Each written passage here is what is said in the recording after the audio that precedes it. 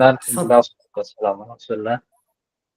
Jazakallah khair Syekhana. Wa ala alihi wa sahbihi wa ala wa la hawla wa la quwwata illa billah. Alhamdulillah, pada kesempatan kali ini kita akan mendengarkan ya, kajian terkait dengan fikih kurban yang insya Allah akan disampaikan oleh Syekh Husain bin Hudah Al-Aisyah.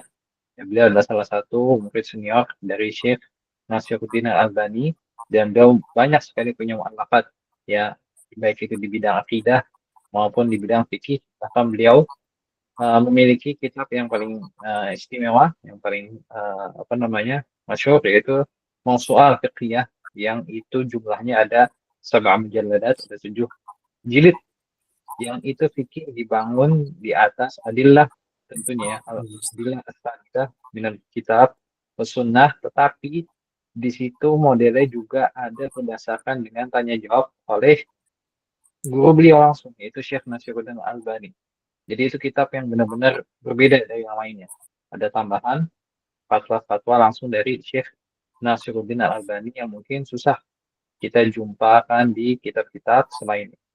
Nah, oleh karena itu sangat istimewa kesempatan kali ini, sangat berharga kesempatan kali ini, maka kita sama-sama ya, mata kita, siapkan pendengaran kita dengarkan kajian Syekh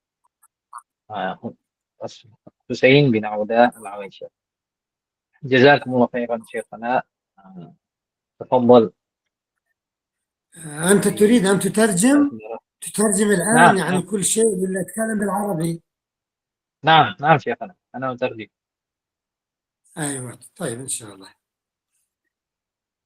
إن الحمد لله نحمده ونستعينه ونستغفره ونعوذ بالله من شرور أنفسنا وسيئات أعمالنا. من يهده الله فلا مضل له ومن يضلل فلا هادي له، وأشهد أن لا إله إلا الله وحده لا شريك له، وأشهد أن محمدا عبده ورسوله صلى الله عليه وآله وسلم. أما بعد،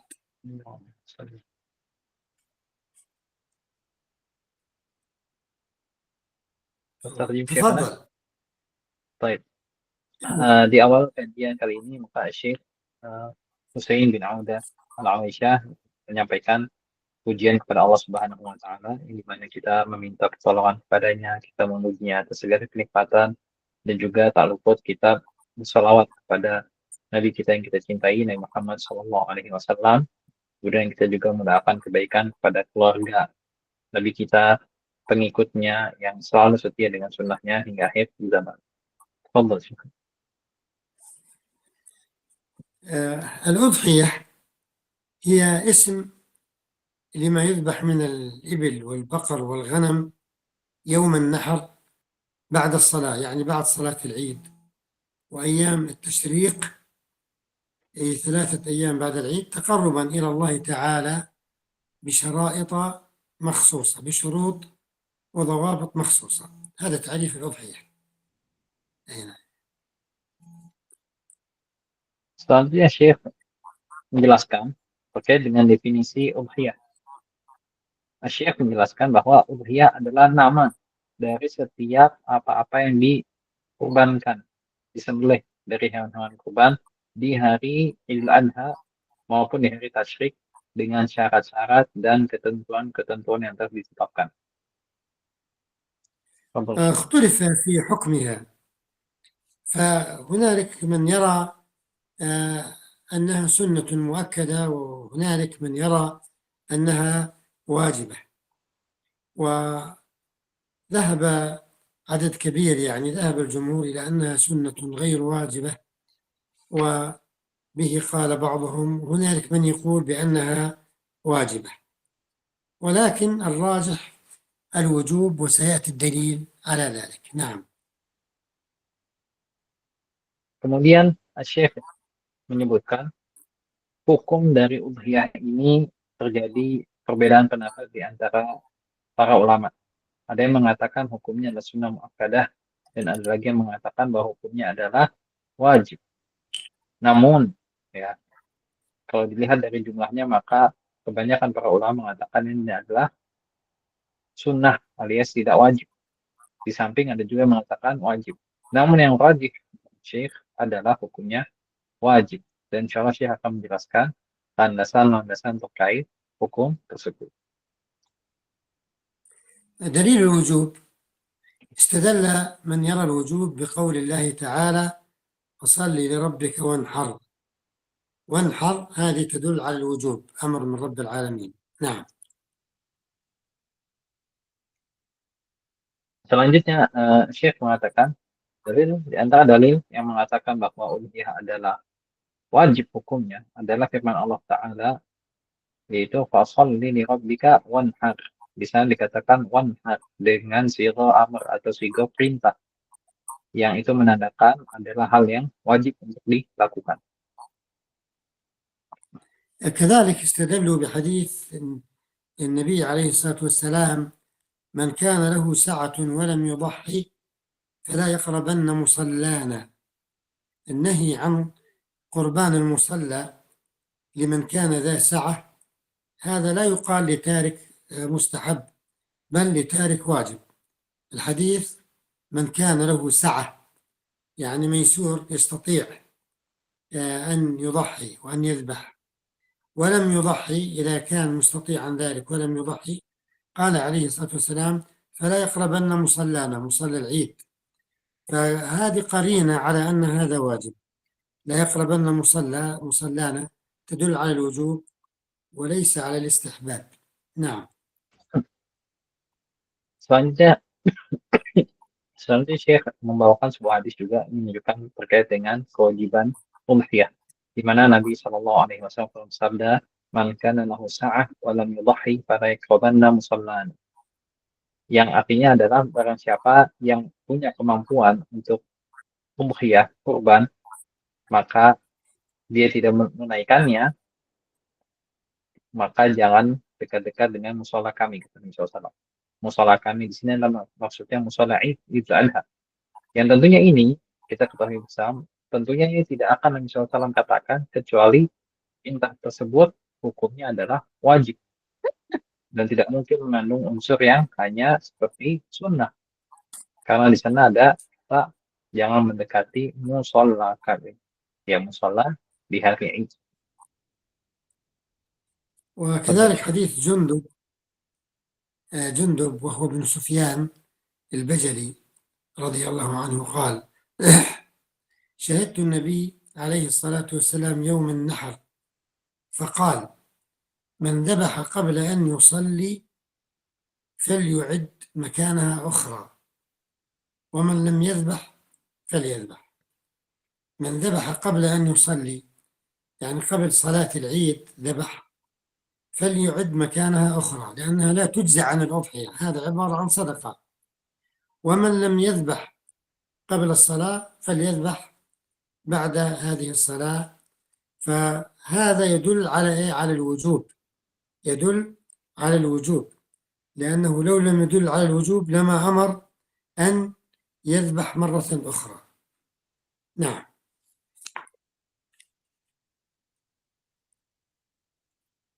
Selanjutnya Syekh membawa sebuah hadis yang diriwayatkan oleh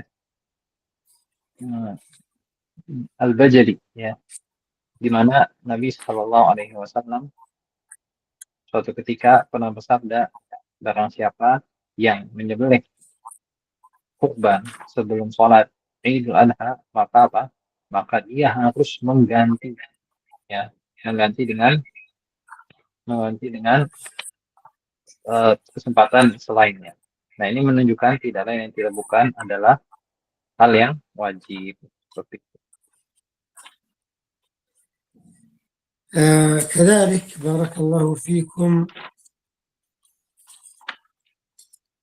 هناك من قال بنفي الوجوب، والرد عليهم هؤلاء يقولون الذين قالوا يعني أنه ليس بواجب بل إنه مستحب، قالوا يقول عليه الصلاة والسلام إذا رأيتم هلال ذي الحجة وأراد هاي كلمة أراد مهمة في الكلام، وأراد أحدكم أن يضحي فليمسك عن شعره وأظفاره. فهم يقولون إنه كلمة لو أراد يعني هذا عبارة عن هو مخير، يعني إذا أراد فعل، ما أراد لم يفعل، لكن سيأتي الجواب الآن. نعم. Dan kita yang membahas pendapat selainnya, di mana Nabi Shallallahu Alaihi Wasallam dalam sebuah hadis mengatakan, apabila kalian melihat hilal Dzulhijjah, kemudian fa'arada, kemudian di antara kalian ada yang menginginkan untuk berkurban, maka hendaklah untuk tidak memotong rambut dan kukunya. Nah, ini adalah salah satu hujah yang dikatakan atau yang diambil oleh pendapat yang mengatakan bahwa udhiyah ini hukumnya tidak wajib karena kata-kata aroda, berkeinginan, artinya boleh ingin iya atau ingin tidak, seperti itu. Dan Syekh akan menjelaskan bantahan. ولكن يعني خلاصة الإجابة عن هذا الكلام أنه ليس كل أحد تجب عليه الأضحية، ولكن تجب على القادر. فكما في الحديث: من أراد الحج فليتعجل، فإنه قد يمرض المريض وتضل الضالة وتعرض الحاجة. والحج هنا فرض على المستطيع، الحج فرض على المستطيع، لكن قال من أراد الحج فليتعجل، فليس معنى ذلك أنه يختار يحج أو لا يحج، يعني بمعنى ليس كل كلمة أراد تدل على الاختيار، وإنما قد تأتي بمعنى الوجوب، نعم. واضح ولا أعيد؟ Wazifatin Syekhna. الحمد لله. Selanjutnya Syekh mengatakan bahwa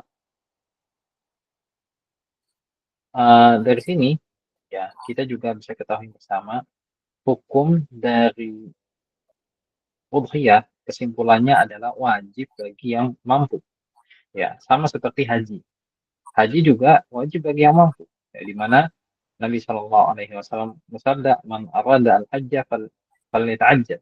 Ya, Nabi SAW berkata, barang siapa yang pengen haji, maka ayo cepat-cepat menunaikannya. Kenapa demikian? Karena bisa jadi kalau kita tunda, kelak nanti akan ada pengeluaran untuk selain haji atau kesehatan menurun ya kalau ditunda-tunda. Nah, di sini artinya kata para ulama berarti ketika kita sudah mampu maka tidak ada pilihan. Oh, ditunda saja. Oh, nanti saja. Oh, sekarang tidak bisa. Enggak, berarti sudah wajib dan harus secepatnya ditunaikan. Bagi yang sudah mampu, maka sudah berlaku kewajiban bagi. كذلك إذا جاء أحدكم الجمعة فليغتسل في الحديث، والمجيء إلى الجمعة واجب. إذا جاء أحدكم الجمعة فليغتسل، والمجيء إلى الجمعة واجب. نعم. Selain itu juga ada hadis yang di mana Nabi SAW mengatakan apabila datang waktu Jumat maka mandilah. Nah, di sini juga sama halnya. Ya, yaitu apa? Ketika kita datang waktu Jumat, maka ada mandi yang diwajibkan bagi kita untuk melaksanakan. وكذلك قال ربنا عز وجل: إذا قمتم إلى الصلاة فاغسلوا وجوهكم، فليس في تخيير، يعني إذا أراد أن يقوم قام، وإذا لم يرد أن يقوم لم يقم، ليس فيه تخيير. إذا قمتم إلى الصلاة فاغسلوا وجوهكم، أي نعم. لكن ليس كل وقت يقوم المرء فيه إلى الصلاة، فحين تجب عليه الصلاة ولم يكن على طهر أو يرغب في التنفل، فهنا فاغسلوا وجوهكم إلى آخره. الخلاصة: إذا قمتم إلى الصلاة، يعني لا يعني التخيير، إذا أراد أن يقوم قام وإذا لم يرد لم يقم، لا، وإنما هذا يدل على الوجوب، إنه يعني ليس كل وقت يقوم المرء فيه إلى الصلاة. لما تجب عليه الصلاة فينبغي أن يتطهر وأن يتجهز للصلاة، يتوضأ وحتى يصلي. نعم. Selanjutnya, Syekh mengatakan ini juga berlaku atau diambil dari firman Allah Subhanahu wa taala. Idza qumtum ila sholati faghsilu wujuhakum. Kalau kalian ingin menunaikan sholat, maka apa? Maka tersilu wujuhakum. Maka cucilah wajah kalian. Nah, bukan berarti di sini ketika kita ingin sholat maka kita bisa pilih mencuci atau tidak. Bukan. Tetapi apa? Itu adalah hal yang wajib.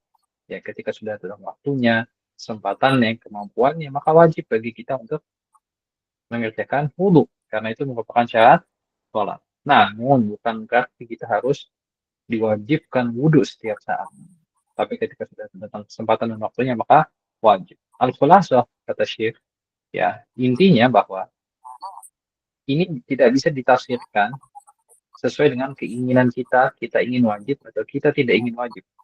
Tapi ini akan berlaku wajib bila waktu dan kesempatannya datang.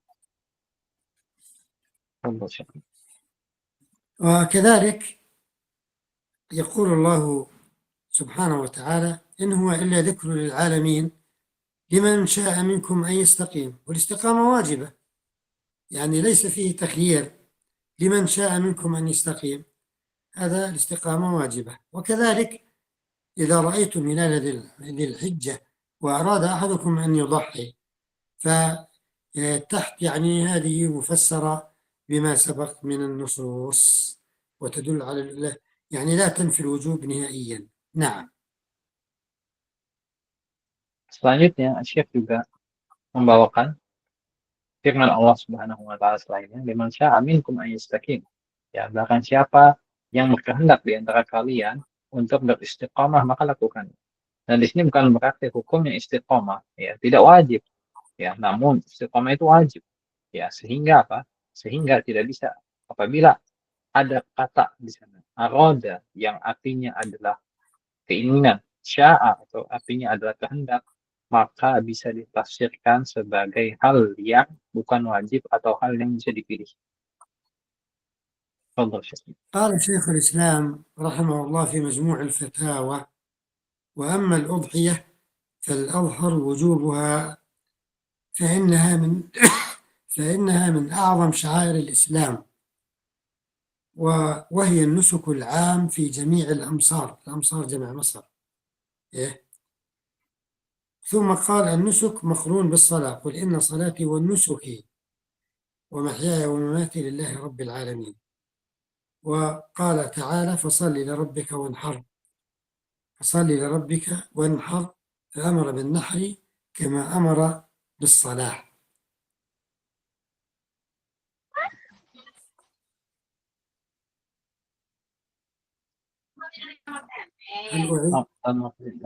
لا شيخ. أعيد؟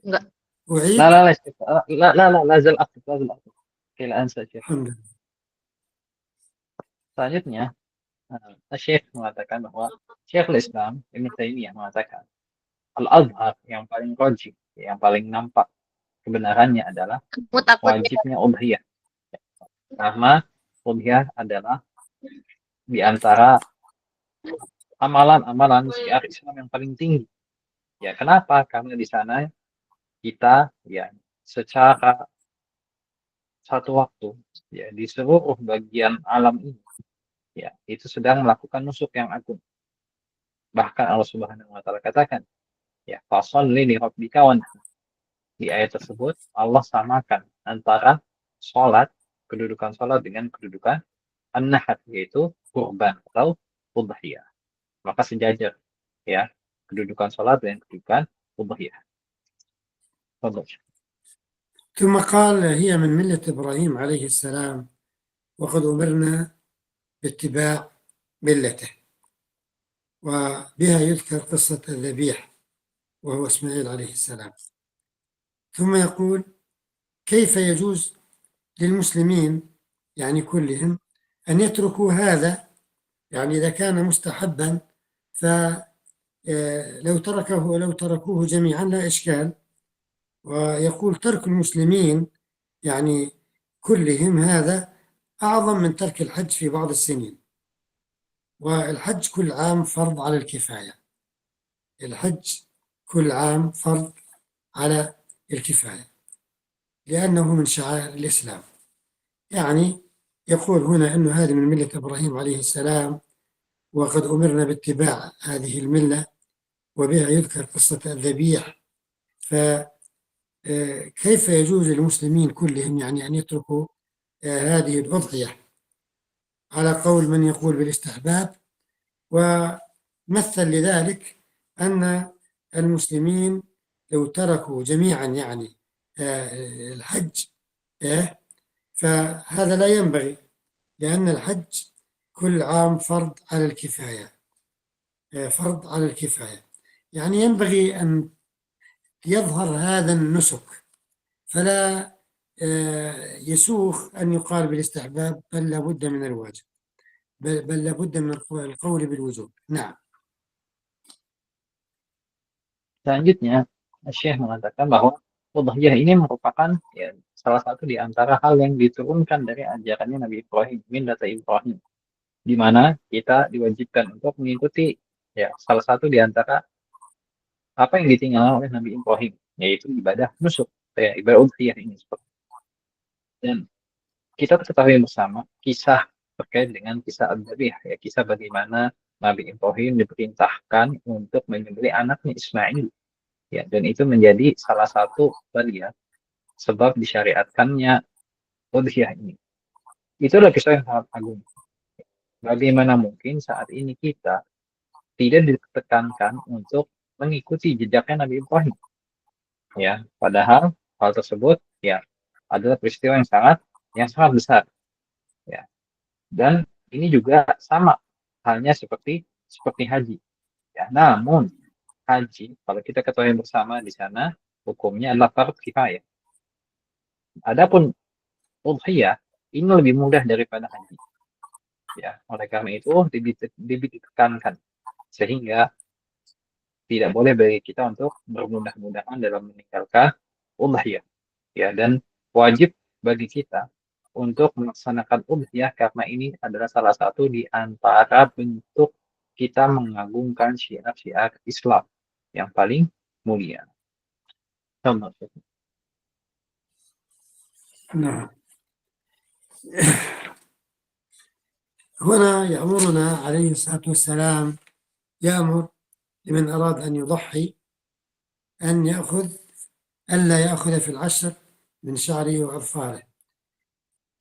قال عليه الصلاة والسلام: إذا دخلت العشر وأراد أحدكم أن يضحي فلا يمس من شعره وبشره شيئا. وفي رواية: فلا يأخذن شعر ولا يقلمن ظفرا. لا يأخذ من شعره يعني، ولا يأخذ من أظفاره. نعم. Kemudian, ya, waktu melaksanakan udhiyah, ya, tentunya kita tahu bersama di hari Idul Adha di tanggal 10 Dzulhijjah.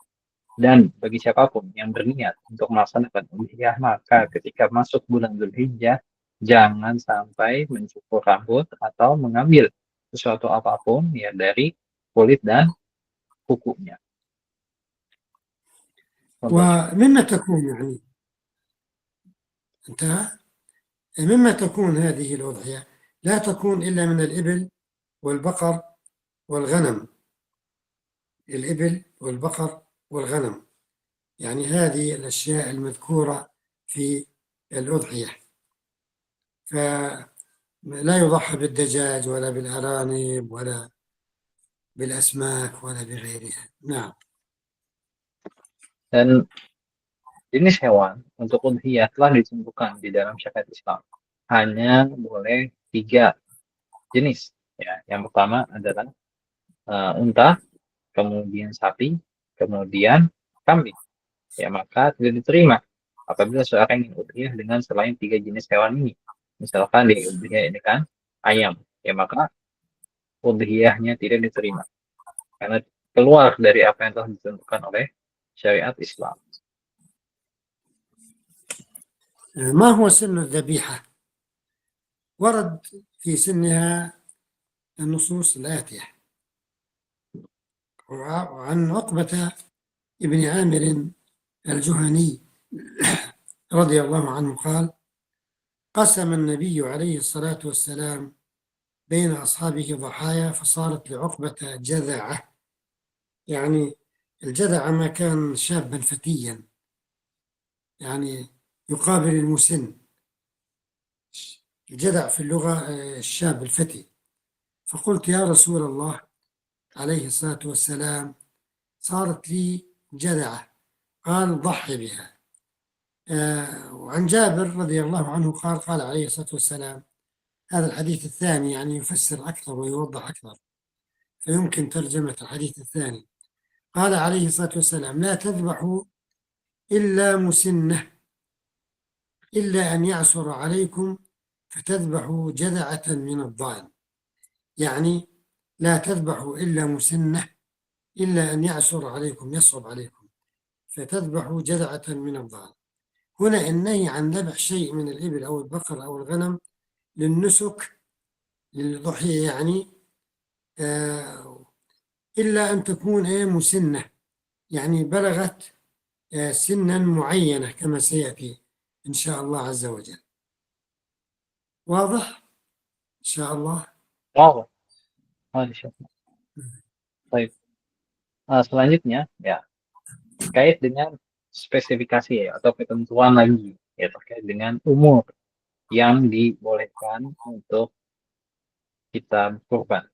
Yaitu pertama ada sebuah hadis yang dibawakan oleh Uqbah bin Amir, di mana Nabi Shallallahu Alaihi Wasallam sedang membagikan ya hewan-hewan udhiyah seperti itu. Ya, kemudian ya sahabat ini ada yang kata, wahai Rasulullah, saya memiliki uh, unta ya yang masih muda. Ya. Lalu kata Nabi SAW apa? Dhahi biha. Sudah kalau gitu nggak apa-apa sekali apa namanya kurbankan. Namun ada hadis lain di mana Nabi SAW bersabda, la tadbahu illa musinnah. Ya, kalian tidak boleh menyembelih hewan kurban kecuali musinnah. Apa itu musinnah? Ya hewan yang umurnya sudah ditentukan, sudah dibatasi, mencapai tahun keberapa. Insya Allah nanti akan dijelaskan oleh Syekh seperti itu. Jadi perlu kita ketahui bersama, tidak asal-asalan ya, hewan itu kita sembelih, ya karena ada ketentuan. Betul, Syekh. وفي الحديث إن الجذع من الضأن يوفي مما يوفي منه الثني من المعز. إن الجذع من الضأن يوفي مما يوفي منه الثني من المعز. الثني المسنة من المعز يعني. فالمقصود أن الصغير من الضأن يجزئ من الأضحية كما يجزئ الثني الكبير من الماعز، وهو ما أتم سنة. المقصود نعم.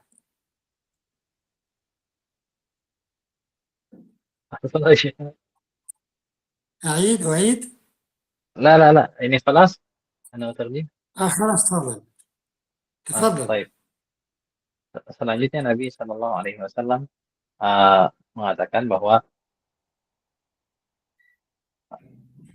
namanya jazah ya itu merupakan di antara salah satu hewan yang dikatakan sebenarnya masih kecil ya. Namun masih kecilnya tersebut ini juga punya spesifikasi yang lebih khusus. Itu apa? Syaratnya umurnya harus sudah lebih dari 1 tahun. Sehingga hewan kalau sudah lebih dari 1 tahun, walaupun masih kecil, ya maka itu diperbolehkan. يقول الحافظ ابن حجر رحمه الله في الفتح جذعة بفتح الجيم والذال. الحمد لله. يقول هنا يفسر الجذعة بفتح الجيم والذال وصف لسن معينة من بهيمة الأنعام. من الضأن ما أكمل السنة. قال وهذا قول الجمهور، وقيل دونها، ثم اختلف في تقديره، فقيل ابن 6 أشهر، وقيل 8، وقيل 10، إلى آخر ما قال. قال والضأن أسرع إجذاعا من المعز، وأما الجذع من المعز فهو ما دخل في السنة الثانية، ومن البقر ما أكمل الثالثة، ومن الإبل ما دخل في الخامسة. من الإبل ما دخل في الخامسة.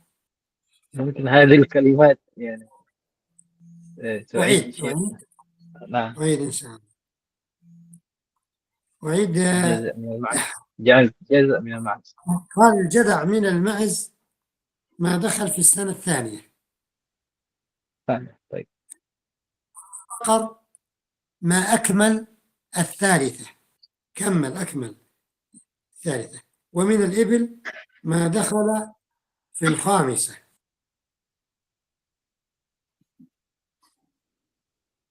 طيب.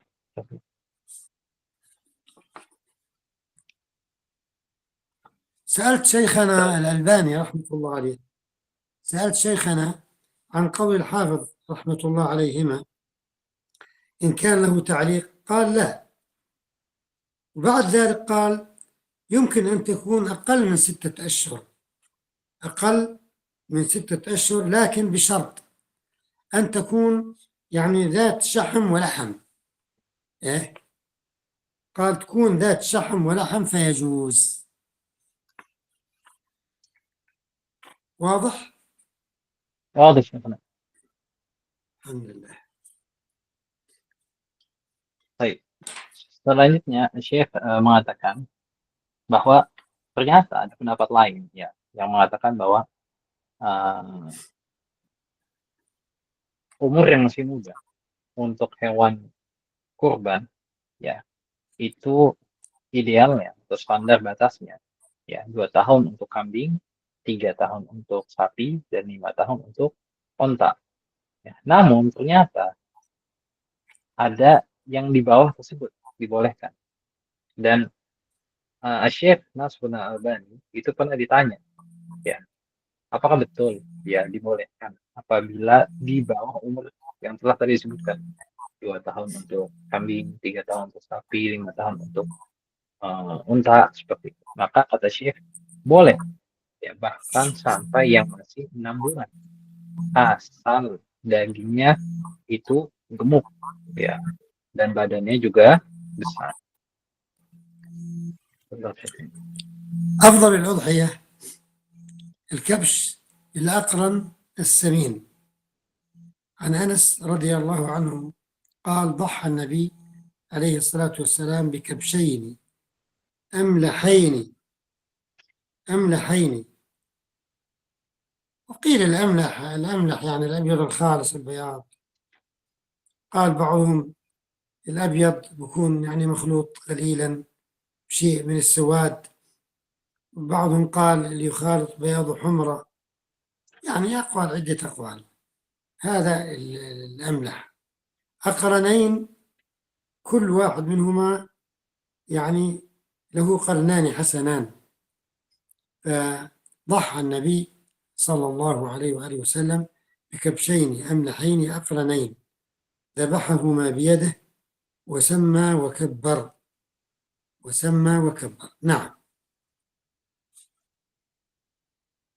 Nabi Shallallahu Alaihi Wasallam ya, ada dalam sebuah hadis dikatakan Nabi SAW berkurban dengan apa? Kabsyaini, amlahaini, akfanaini, dzabahahuma biyadik, musamma wa kabbar. Nabi SAW dahulu ya, yang pernah beliau lakukan dalam udhiyah adalah beliau menyembelih 2 ekor kabsyah ya, 2 ekor kambing yang itu warnanya dua-duanya diriwayatkan ada yang dua-duanya putih, ada yang dua-duanya ada hitamnya, atau dua-duanya ada warna kecoklatan atau kemerahan, seperti itu.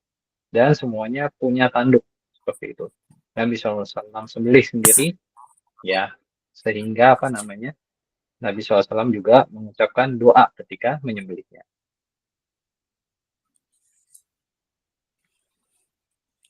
ما لا يجوز من أن يضحى به.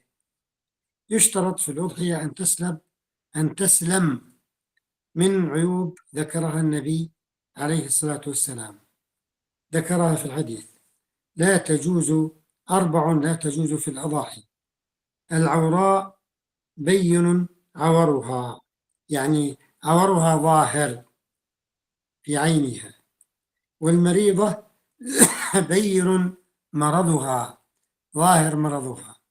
لذلك إذا كان هنالك مرض خفي ولم يؤثر في طعم اللحم أو كذا فلا إشكال. المنهي عنه المريضة بين مرضها، والعرجاء بين ضلعها، يعني العرجاء بين ضلعها يعني بين عرجها بحيث يمنعها من المشي. والكثير يعني منكسرة الرجل التي لا تقدر على المشي، التي لا تنقي، ليس لها مخ، لا تنقي، ليس لها مخ. إذن هذه 4: العوراء بين عورها، والمريضة بين مرضها، وإذا كان لم يكن يعني مرضها ظاهرة فلا إشكال بما ذكرت سابقا، بحيث تكون نشيطة وقوية وكذا، لا ولحمها يعني طيب. والعرجاء بين ضلعها، ضلعها يعني عرج، هذا بين ضلعها يعني عرجها واضح بحيث يمنعها من المشي. والكثير التي لا تنقي، إن رجلها مكسورة ولا بحيث لا يكون فيها المخ. نعم. Baik. Selanjutnya, Syekh mengatakan bahwa ada beberapa hal yang perlu kita perhatikan di antara syarat-syarat untuk hewan yang akan kita kurbankan, yaitu harus selamat dari 4 hal. Ya, yang pertama adalah selamat dari kebutaan, ya, sehingga tidak boleh ada kecacatan, yaitu di masalah mata, seperti itu. Kemudian tidak boleh juga hewan tersebut sedang sakit. Yang sakitnya ini jelas, ya. Kemudian tidak boleh juga hewan tersebut jalannya pincang, ya, dan pincang ini jelas, ya. Kemudian tidak boleh ada sesuatu dari bagian itu yang patah, ya, atau yang cacat, ya, termasuk juga di bagian tengkorak kepalanya. سألت شيخنا رحمه الله عن الأضحية إذا أخذ من أذنها، قال للنصف لا مانع. سألت عن القرن، قال مجرد الكسر لا تجزئ. سألت عن الذنب، قال لا نص في ذلك. سألت عن الأخذ من إذا كان أخذ من أذنها، قال إذا أخذ للنصف لا مانع. وعن القرن قال مجرد الكسر لا يجزئ. وعن الذنب قال لا نص في ذلك، يعني لا دليل ولا نص يعني في ما يتعلق بالذنب. نعم. Selanjutnya, Syekh pernah menanyakan langsung ke guru beliau, Syekh Nasrullah Al-Albani, apakah apabila hewan kurban yang telinganya ada sesuatu yang tadi ya sakit kah atau ada yang rusak yang hilang, apakah itu bisa dikurbankan? Ya, jawabannya apabila setengah lebih masih ada dan sehat maka tidak mengapa. Namun apabila setengah kurang maka itu tidak dibolehkan. Beda halnya seperti dengan tanduk. Tanduk sedikit saja ada kasar, yaitu ada patahan, ada pecahan, ya maka lain jadi maka tidak diperbolehkan. وقت الأضحية بعد صلاة عيد النحر إلى آخر يوم من أيام التشريق. بعد صلاة عيد النحر إلى آخر يوم من أيام التشريق. قال عليه السلام: إن أول ما نبدأ به في يومنا هذا أن نصلي ثم نرجع فننحر، فمن فعله فقد أصاب سنتنا، ومن ذبح قبل فإنما هو لحم قدمه لأهله ليس من النسك في شيء. إن أول ما نبدأ به في يومنا هذا أن نصلي ثم نرجع فننحر، فمن فعله فقد أصاب سنتنا، ومن ذبح قبل فإنما هو لحم قدمه لأهله ليس من النسك في شيء.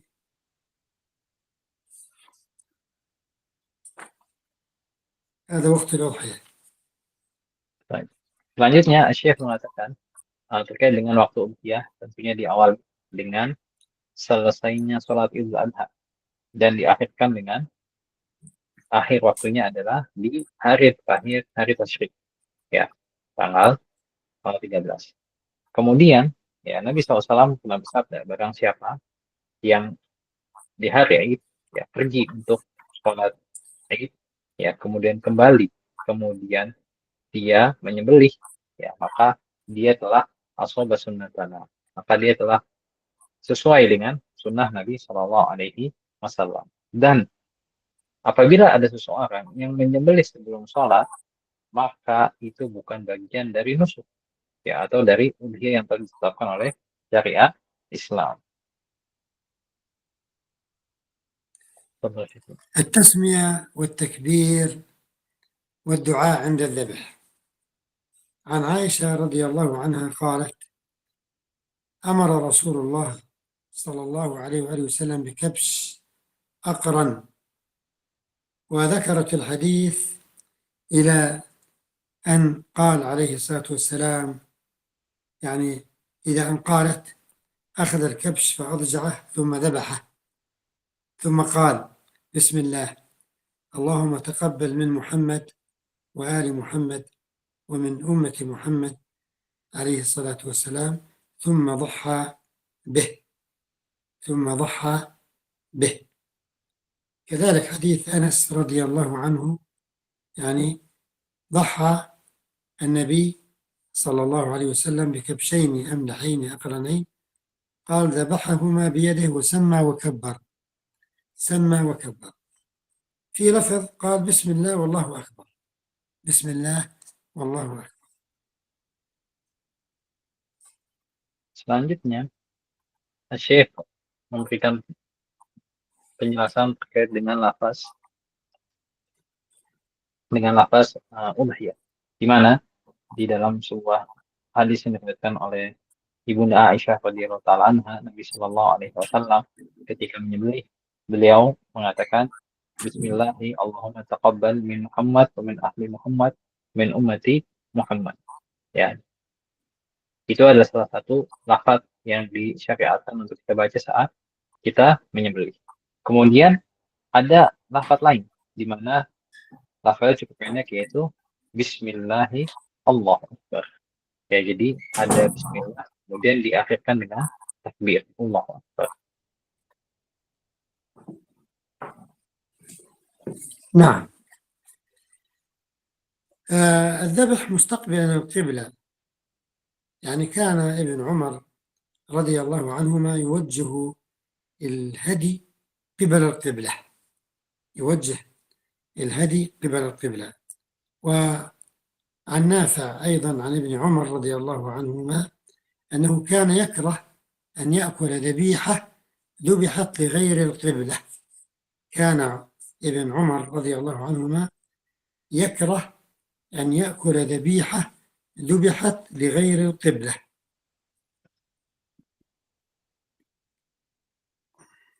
Selanjutnya, ada di antara sunnah-sunnah ketika menyembelih adalah menghadap kiblat, di mana sunnah ini diriwayatkan oleh Abdullah bin Umar, ya, dan ini juga diriwayatkan oleh Nafi', ya, yaitu budaknya Ibnu Umar, pernah mengatakan bahwa Ibnu Umar dahulu itu tidak suka atau tidak akan memakan makanan dari udhiyah yang ketika menyembelih posisinya dia tidak menghadap ke kiblat. لا يعطي الجزار من الأضحية شيئا، يعطيه الأجرة المتعارف عليها كاملة غير منقوصة، كما في حديث علي رضي الله عنه: أمرني النبي عليه الصلاة والسلام أن أقوم على البدن أن أقوم على البدن. سميت هكذا البدن وهي جمع بدنة لعظمها، لأنها عظيمة الجسم، يعني يطلق على الذكر والأنثى، يطلق على الإبل والبقر والغنم. وفي كتب الفقه يعني في الإبل خاصة. على كل حال، هذا البدن هنا موضوع الآن كلامنا حول البدن، أن النبي صلى الله عليه وآله وسلم أمر عليا رضي الله عنه أن يقوم على البدن، وأمره ألا يعطي عليها شيئا في جزارتها، يعني عند الذبح ألا يعطي الجزار منها شيئا، يعطيه الأجرة كاملة ولا يعطيه إيش من لحم البدن، أو يعني الغنم أو البقر أو النوق إلى آخره. نعم. Selanjutnya, ada hal yang perlu kita ketahui bersama dan kita waspadai bahwa ada sebuah riwayat yang diriwayatkan oleh Ali bin Abi Thalib, di mana Nabi Shallallahu Alaihi Wasallam pernah memerintahkan beliau ya untuk menjadi jagal ya di hewan-hewan kurban. Dan Nabi Shallallahu Alaihi Wasallam amarahu an la yu'ti, ya, dan Nabi SAW memerintahkan manusia agar tidak memberikan apapun dari bagian hewan kurban kepada Ali bin Abi Thalib, karena beliau ada petugas yang akan menjaga hewan-hewan kurban. Jadi tidak boleh kita memberikan apapun dari bagian hewan kurban kepada penjagal. Namun kalau kita ingin membayarkan dari selainnya, maksudnya ujrah ya, atau berupa uang, upah ya, maka itu boleh. Tapi syaratnya tidak boleh dari bagian hewan kurban sama sekali. تجزئ، يعني تكفي الأضحية الواحدة عن البيت الواحد. في حديث أبي أيوب الأنصاري رضي الله عنه قال: كان الرجل يضحي بالشاة عنه وعن أهل بيته فيأكلون ويطعمون.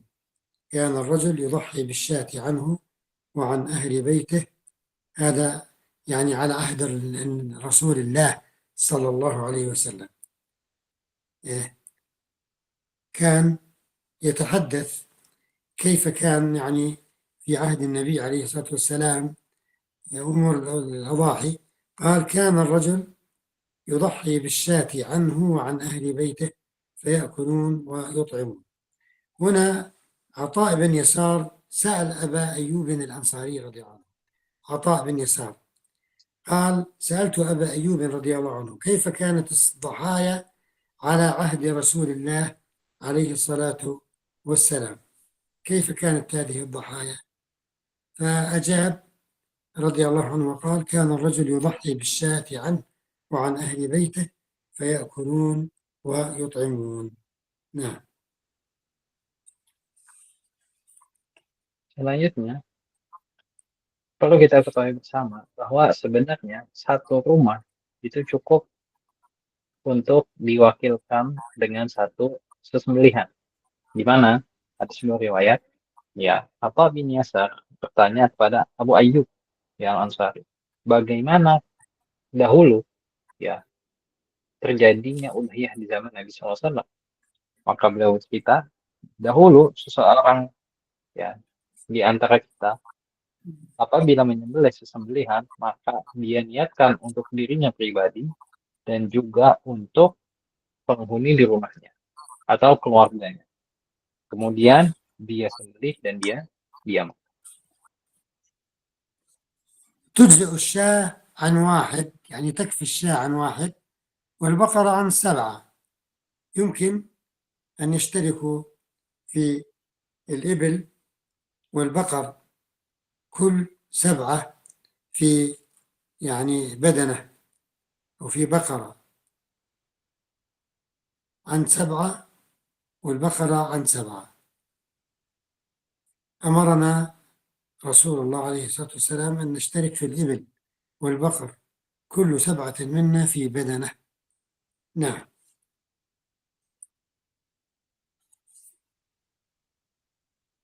Selanjutnya Nabi Shallallahu Alaihi Wasallam mengatakan bahwa Nabi Shallallahu Alaihi Wasallam memberikan kita aturan bahwa apabila kita ingin berkurban dengan kambing, cukuplah hanya untuk satu nama. Namun beda halnya dengan sapi. Nabi SAW memerintahkan apa? Nabi SAW memerintahkan kepada setiap 7 orang dari kita untuk menyembelih satu sapi. Yang artinya bahwa untuk masalah udhiyah dengan sapi itu boleh patungan, yang disunahkan jumlahnya adalah 7.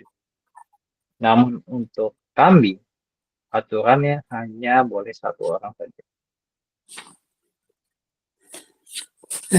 في توزيع الأضحية ورد حديث كلوا وادخروا وتصدقوا، لكن هذا لا يدل على التثليث، فيأكل ما تيسر ويطعم ما تيسر ويدخر ما تيسر.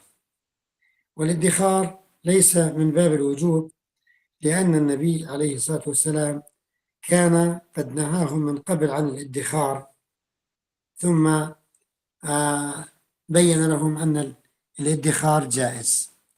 فالادخار يعني يأكل ويتصدق، وإن شاء أن يدخر ادخر، يأكل ويتصدق، وإن شاء أن يدخر يدخر. والصدقة لابد منها، لابد من الصدقة، الصدقة واجبة، ولكن هذا لا يدل على التثليث. بعضهم يريد بعض الآثار، لكن على كل حال ليس هنالك ما يدل على وجوب التثليث، يعني القسم بالتثليث. نعم. Selanjutnya, Nabi Shallallahu Alaihi Wasallam di dalam sebuah hadis mengatakan, ya, kulu waddakhiru wa tasaddaqu. Ya, makanlah, kemudian simpanlah daging, dan juga sedekahkanlah daging tersebut. Nah, ini adalah hal yang perlu kita ketahui bersama ketika kita sudah mendapatkan porsi daging. Ya, jadi boleh kita menyimpan dan boleh kita makan dari daging tersebut, dan boleh juga kita sedekah dari daging tersebut. Namun, ya, tidak ada salah satu nas yang mengatakan bahwa semuanya harus dibagi rata, alias 30% harus kita makan, 30% harus kita simpan, dan 30% harus sedekahkan. Kemudian juga mungkin ada perkataan Nabi SAW sebenarnya melarang untuk kita menimbun atau menyimpan makanan-makanan. Nah, sebenarnya menimbun makanan di sini para ulama menjelaskan maksudnya adalah matayassar, untuk hal-hal yang mudah saja.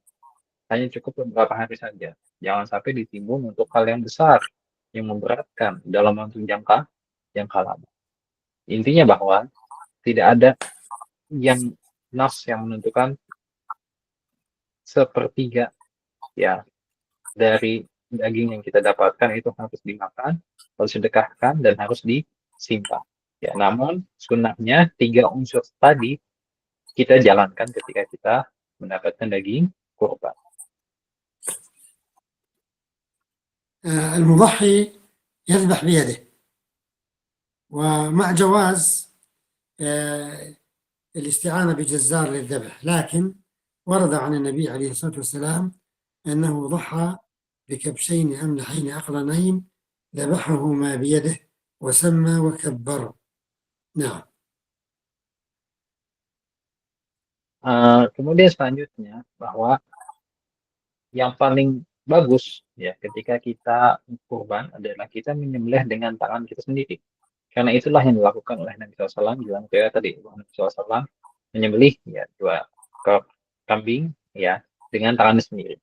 Namun dibolehkan juga apabila kita mewakilkannya kepada tukang jagal ya, tukang yang akan menyembelih hewan-hewan kurban. كذلك المرأة يجوز أن تذبح. قال الإمام البخاري رحمه الله: أمر أبو موسى بناته أن يضحين بأيديهن. أمر أبو موسى بناته أن يضحين بأيديهن. يجوز المرأة أن تذبح الأضحية وغير الأضحية. نعم. Selanjutnya, hukum perempuan menyembelih ya hukumnya nggak boleh, ya, karena ada sebuah riwayat, ya, yang dibawakan oleh seorang ulama bahwa Abu Musa al-Asy'ari itu telah memerintahkan kepada anak-anak perempuannya untuk menyembelih, ya, hewan udhiyah mereka dengan tangan sendiri. Nah, artinya bahwa perempuan juga dibolehkan untuk menyembelih dengan tangannya sendiri. هل تذبح الأضحية بالمصلى؟ هي فقط الإمام يذبح وليس للجميع. عن ابن عمر رضي الله عنهما أن النبي صلى الله عليه وسلم كان ينحر أو يذبح بالمصلى. سألت شيخنا رحمه الله عن ذلك، قال هذه سنة الإمام، أما قلب المصلى إلى مجزرة يعني مثل مسلخ ومجزرة كلها ذبح بذبح، قال فهذا ليس من السنة. نعم. Selanjutnya, disunahkan untuk prosesi pelaksanakan udhiyah itu dilakukan di masjid dan dipimpin oleh imam, ya. Dan untuk pelaksanaan udhiyah yang dilakukan mungkin di sini FPH, ya, rumah pemotongan hewan, ya, maka hukumnya di sini tidak begitu dicintai, ya, karena tentunya ketika kita melakukannya di masjid, pada situ ada syiar Islam yang nampak, ya, padanya.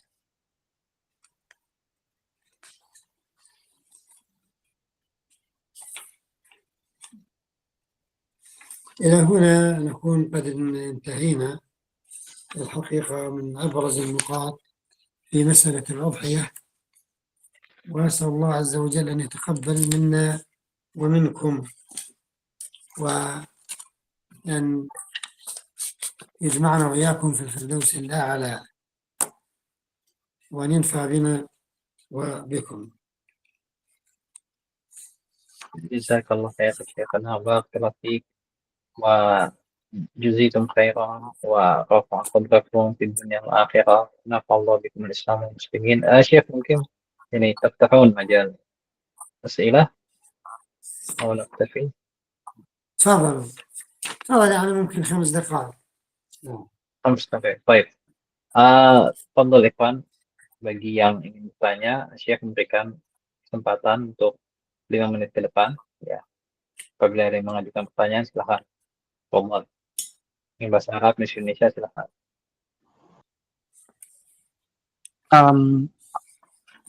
أستأذنكم السؤال يا شيخنا. تفضل. بسم الله الرحمن الرحيم. السلام عليكم ورحمة الله وبركاته. عليكم السلام ورحمة الله وبركاته. مغفرة، حياكم الله. أحسن الله إليكما وإلى شيخ يوسف ربما. يا شيخنا، ماذا موقفنا في أحد علماء هذا البلد من قال أنه يجوز التصديق بجميع اللحم الأضحية عفوا ماذا موقفنا في أحد علماء بلدنا من قال أنه يجوز التصديق بجميع اللحم أضحية العيد استنادا إلى لفظ فكلوا ما بدا لكم أي ما شئتم من حديث كنت نهيتكم عن لحوم الضاحي إلى آخره. هل هذا القول صحيح؟ ماذا موقفنا في هذه المنقولات؟ شكرا لكم ووفقكم يا شيخنا. جميل. ونحن نأخذ بالأحاديث نجمع بعضها إلى بعض، يعني كان النهي عن الادخار، ثم جاء اللفظ بالأمر بالأكل، ونأخذ بمجموع الأحاديث اللي هو إيش؟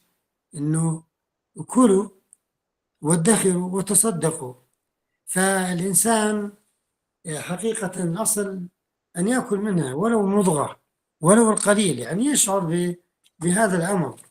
لكن إذا كان هنالك من عذر، إنسان كان على سفر، إنسان مثلا عنده ظروف وأحوال وكل غيره ولم يتمكن من الأكل، فلا إشكال.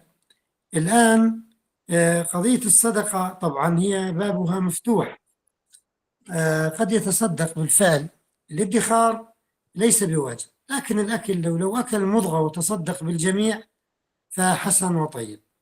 يعني على الأقل لو أكل القليل مضغة إيه؟ ثم تصدق بالباقي فلا إشكال. نعم.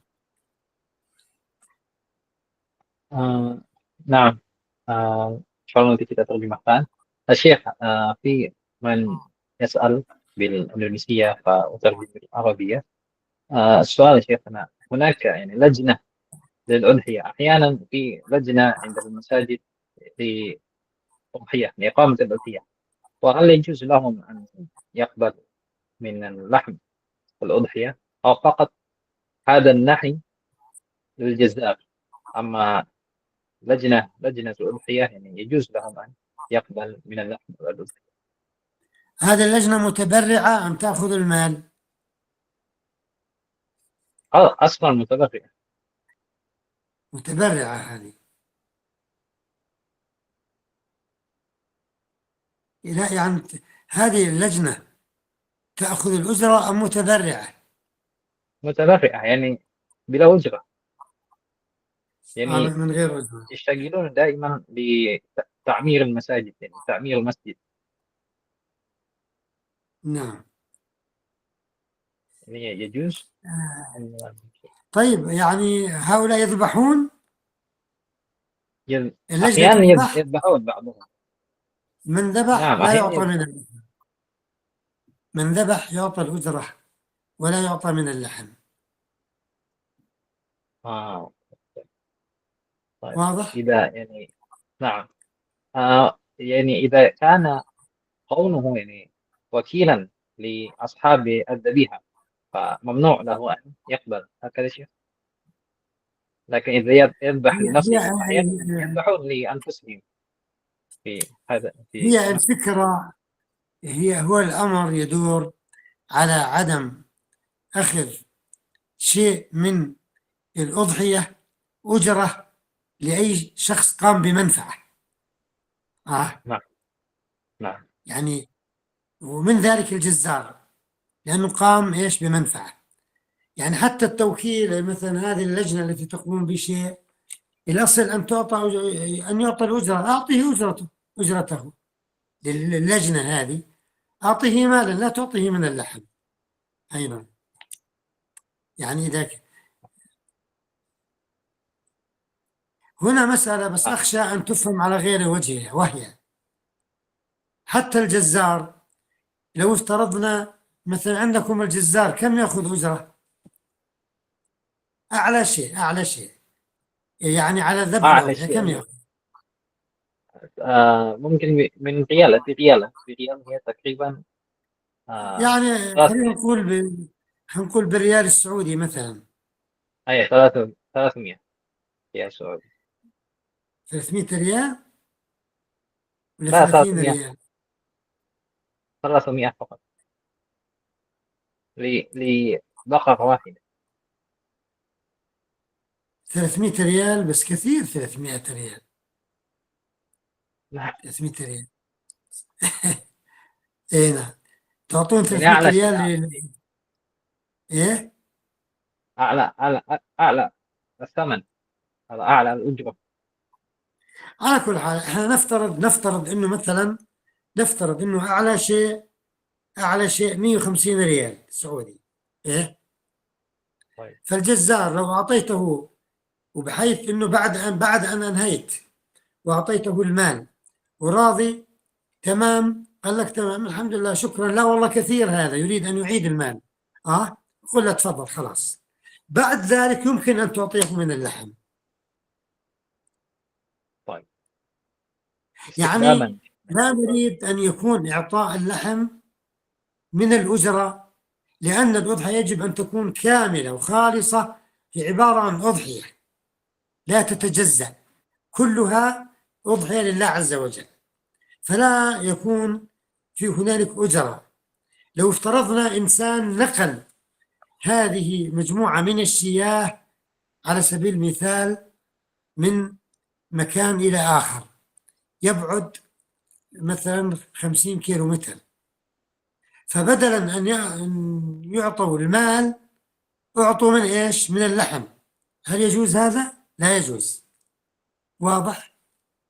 يعني واضح. مقابل التعب في نقلها لا يأخذون من اللحم، والجزار لا يأخذ من اللحم، وهي أناس قاموا بخدمة يمكن أن تأخذ مالا لا يأخذون من لحم الأضحية. واضح؟ واضح شيخ. نعم. بسم الله. Assalamualaikum. وعليكم السلام ورحمة الله وبركاته. تفضل. Kalau samahtum, indi soal, walakin bilugati Indonesia. تفضل. Pertanyaannya adalah bagaimana hukumnya ketika takmir masjid itu membentuk panitia tersendiri untuk mengadakan pelaksanaan sholat Id dan kurban itu sendiri, kemudian menggunakan dana talangan dari kotak infak yang ada di masjid. Apakah itu boleh? Nanti Untuk setelah apa talangannya? ya untuk belanja seperti alat-alat terpal kayak gitu itu ditalangin dulu, nanti setelah uang masuk dari para tok kurban itu dibalikin setelah pelaporan. Biasanya kan setelah acara itu panitia akan membentuk laporan kegiatan kan. Baik. Tapi di awal memakai dana talangan dari sodako infak kotak masjid itu, apakah boleh seperti itu? Ada mengambil keuntungan? Enggak ada. Bahkan keuntungannya Nalangin doang. iya di awal, karena biasanya kan duit belum ada tuh. Iya. Jadi misalnya katakanlah minjem kas masjid 5 juta untuk beli ya kayak gitulah. Terus Baik. nanti di akhir juga kalau ada keuntungan itu dibelikan seperti alat potong. Nanti itu akan jadi inventaris masjid gitu. Biasanya seperti itu. Baik. Yang jadi pertanyaannya apakah boleh memakai kas masjid gitu. Intinya itu sih. Baik. Oke. الشيخ Jazakallah khair. شيخنا وإياكم. شيخنا في سؤال، يعني هل يجوز المسجد عنده مال يعني لإقامة يعني برامج العبادة في المسجد، يعني هل يجوز هذا المال يستعمل عنده مال ماذا؟ لأضحية في المسجد، صدقات في المسجد، عنده مال من الصدقات يعني في المسجد. مال صدقات من الناس نعم ولا نعم من الناس؟ نعم يصرف نعم. لإقامة الأضحية، يعني لشراء يعني آلات أدوات للذبيحة مثلا، لكن بعده يبدل، يعني من المتبرعين يبدل، يعني هذه أموال يعني تبدل بس فقط يعني لإعارة فقط. لماذا؟ لأن قبل يعني تقريبا قبل إقامة الصلاة يعني المسجد ما عنده مال لشراء أدوات الأضحية، فيستعار من مال صدقات الناس هكذا. هل يجوز يا شيخنا استعار هذا المال؟ السؤال غير واضح الآن. أولا خلينا أفهم أنا المال الموجود. ما هو المال الموجود؟ ما هو؟ صدقات الناس، من صدقات الناس. صدقات عامة يعني صدقات مطلقة؟ عامة نعم. عامة مطلقة. طيب مطلقة. يعني الذين تصدقوا الذين دفعوا الأموال قالوا هذا صدقة. نعم. لأي شيء. نعم. صح؟ طيب. Nah, biasanya untuk operasional masjid, Afwan Syekh. Biasanya sedekah itu biasanya kalau masjid dikhususkan untuk operasional masjid gitu. Nah, kita pinjam dulu tuh uang itu. Apakah boleh itu? Ini bukan kan kadang di masjid kotaknya itu tertulis untuk operasional gitu. Itu gimana itu? Kalau amah gimana? Kalau untuk operasional gimana? Afwan. Sama. Operasional insya Allah sama. Kan maksudnya nggak buat langsung sedekah bentuk makanan, insya Allah sama. Alhamdulillah Syekhana.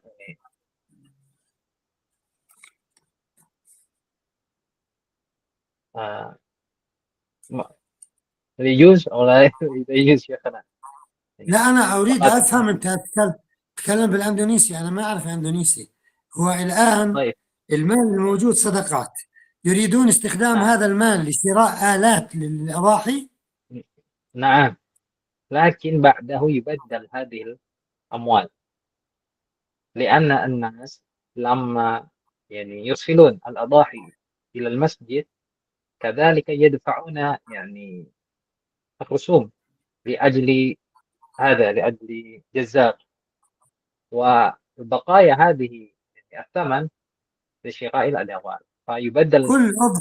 كل من أتى بأضحية ينبغي أن نعم يتحمل مسؤولية كل شيء. الجزار، أي شيء نعم يترتب على الأضحية، كل صاحب أضحية ينبغي هو أن يتحمل هذه التكاليف والمصاريف، لا تؤخذ من غيره. كل إنسان عنده أضحية ينبغي هو أن يتحمل أي تكاليف أو مصاريف متعلقة بأضحيته، لا تؤخذ من مال صدقات. هذا الشيء هو الأصل في أي شيء أوقف، يعني أن يصرف في مكانه دون تبديل ولا تغيير بشكل عام. يعني واحد أعطاك مثلا مبلغا لبناء مسجد، لا يجوز أن تعطيه لأرامل ويتامى. وشخص أعطاك مالا لأرامل ويتامى، لا يجوز أن تبني فيه مسجدا. واحد أعطاك لطالب علم، لا يجوز أن تعطيه ليتيم. التغيير والتبديل لا يجوز. أما يجوز التصرف بالصدقات المطلقة في بابها. لكن هنا أنا فهمت أنه مثلا هذا أمور تتعلق بالأضاحي. فالأضاحي الأصل كل صاحب أضحية أن يتحمل المصاريف والتبعات المتعلقة بذبيحته وأضحيته، ولا تؤخذ من المال العام ولا تؤخذ من مال الصدقات. واضح؟ واضح شيخنا، جزاك الله خير. وإياكم. ممكن لا سؤال؟ أكيد واضح، أكيد واضح الجواب. واضح واضح شيخ، واضح شيخنا. لأن خشيت يكون عشان اللغة في شيء من الالتباس. أنا فهمت يعني إنه من مال الصدقات مثلا ينفق على بعض الأشياء في الأضاحي. هكذا. نعم هذا نعم لا يجوز. الذي يضحي لازم نحسب، مثلا إحنا الأضحية ثمنها كذا، الذبح ثمنه نعم كذا، الإشراف ثمنه كذا، أي شيء نعم متعلق بذلك فيؤخذ من هذا المضحي، لا يؤخذ من الصدقات. لا يجوز أن يؤخذ. ها نعم نعم لا يجوز. نعم. طيب أنا إلى هنا نكتفي بهذا القدر كفاية، وأسأل أن يتقبل منا ومنكم، وجزاكم الله خيرا. والإشكال عندنا إحنا قضية الوقت، عندكم يعني أحيانا يأتي وقت صلاة وقت كذا وتقول تريدون النوم، تنامون، فنوما هنيئا. أي نعم، نعم شيخنا، نتمنى اللقاء الآخر شيخنا.